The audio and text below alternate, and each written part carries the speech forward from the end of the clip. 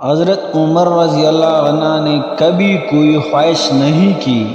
ایک دن مچھلی کھانے کو دل چاہا تو اپنے غلام یرکا سے اظہار فرمایا۔ یرکا آپ کا بڑا وفادار غلام تھا۔ ایک دن آپ نے فرمایا، یرکا آج مچھلی کھانے کو دل کرتا ہے، لیکن مسئلہ یہ ہے 8 میل دور جانا پڑے گا دریا کے پاس مچھلی لینے، اور 8 میل واپس آنا پڑے گا مچھلی لے کے۔ پھر آپ نے فرمایا، رہنے دو، کھاتے ہی نہیں۔ ایک چھوٹی سی خواہش کے لیے اپنے آپ کو اتنی مشقت میں ڈالنا اچھا نہیں لگتا کہ 8 میل جانا اور 8 میل واپس آنا صرف میری مچھلی کے لیے۔ چھوڑو یرکا، اگر قریب سے ملتی تو اور بات تھی۔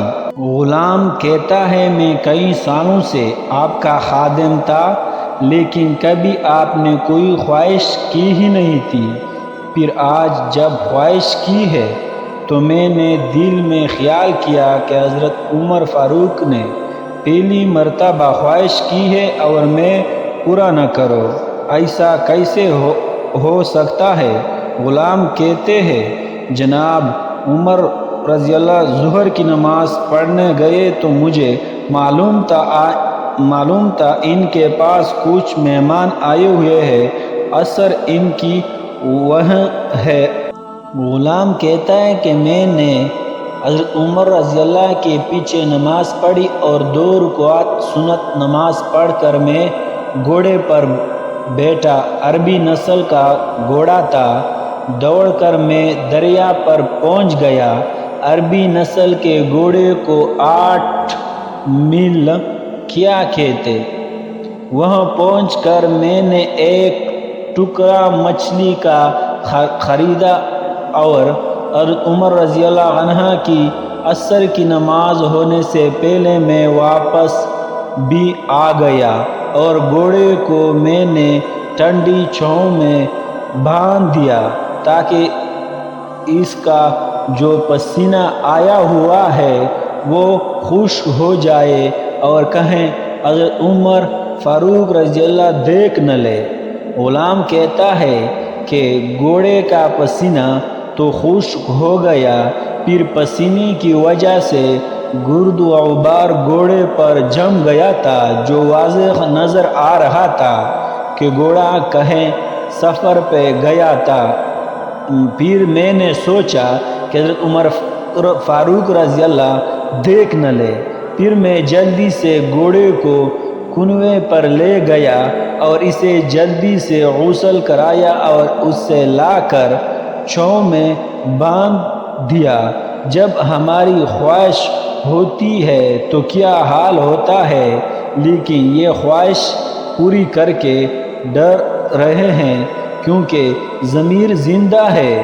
فرماتے ہیں، جب عصر کی نماز پڑھ کر حضرت عمر فاروق آئے، میں نے بھی نماز ان کے پیچھے پڑھی تھی۔ گھر آئے تو میں نے کہا، حضور، اللہ نے آپ کی خواہش پوری کر دی ہے۔ مچھلی کا بندوبست ہو گیا ہے اور بس تھوڑی دیر میں مچھلی پکا کے پیش کرتا ہوں۔